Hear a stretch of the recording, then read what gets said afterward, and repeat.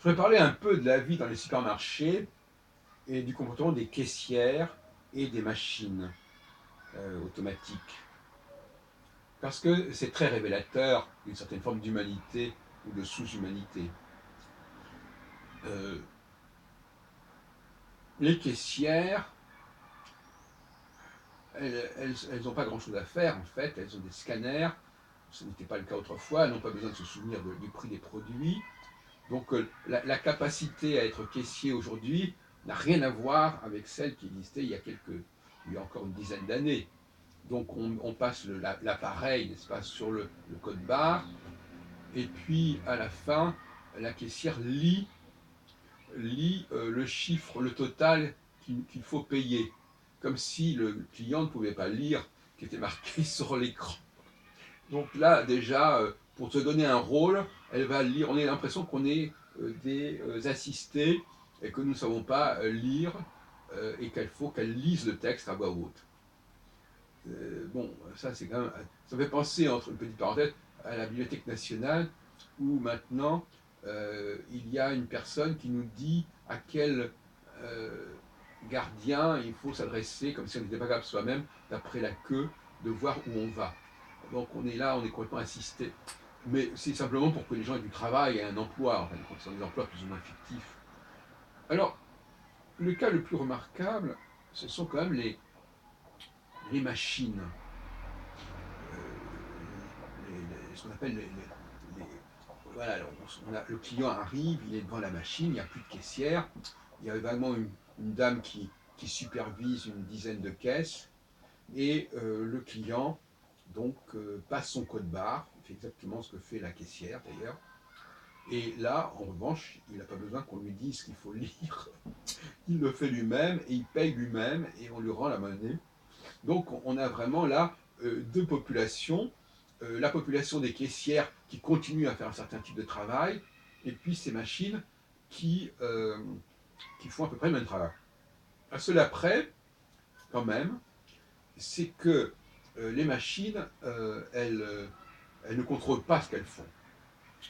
C'est-à-dire qu'on peut tout à fait, on peut tout à fait passer des articles sans les présenter au code barre, ou en présentant un au code barre et puis les autres on les emmène.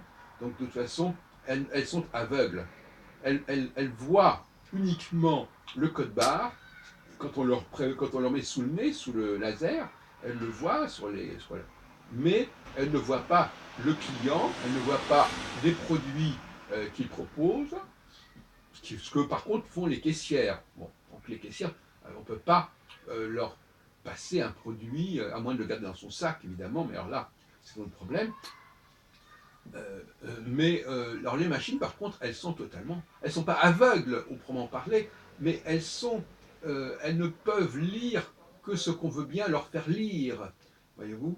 Et ça me paraît extrêmement féminin comme démarche. Vous savez, je travaille beaucoup sur le rapport entre les machines et les femmes, et là, effectivement, les femmes sont des êtres qui ne captent que ce qu'on leur dit, que ce qu'on leur exprime et ce qu'on leur écrit.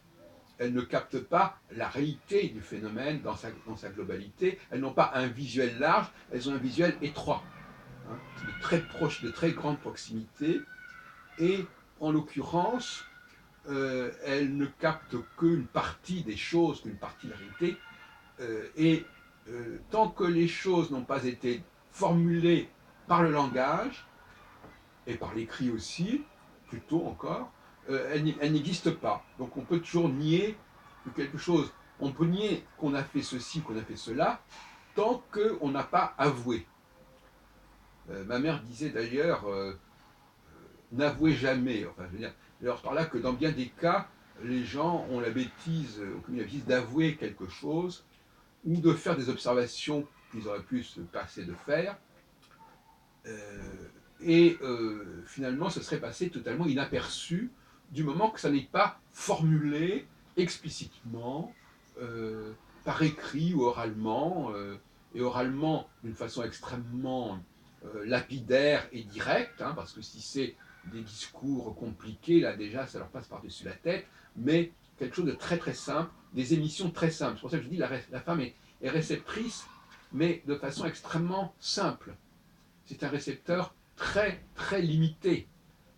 C'est-à-dire qu'il faut, comme pour une machine, lui donner le message très codifié, c'est valable aussi pour le sperme d'ailleurs, très codifié, très structuré, très télégraphique, très lapidaire, pour que ça produise des effets. Quelque chose de beaucoup plus vague, plus complexe, plus alambiqué, déjà, elle ne suit plus très bien, et donc ça reste dans une sorte de brouillard. Alors je voudrais terminer, puisque j'étais hier, comme je l'ai dit d'ailleurs dans une précédente vidéo, à une soirée organisée par une société qui propose des compléments alimentaires, des produits pour empêcher de vieillir, etc., pour accompagner le vieillissement. C'est une logique également extrêmement féminine, c'est la logique de l'ajout. C'est la logique de l'ajout, ajouter quelque chose à ce qui manque.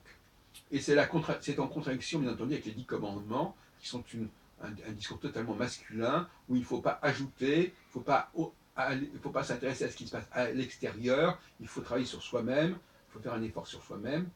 Et l'opposition, la différence, qu'est-ce qui est le contraire de l'ajout, c'est le rejet. Hein, je ne sais pas si ça peut être amusant, ajout, rejet. L'homme rejette ce qui est à l'extérieur de lui-même et qui ne vient pas de lui-même. La femme ajoute ce qui vient de l'extérieur et finalement ne travaille pas suffisamment sur l'intérieur. Voilà ce que je voulais dire.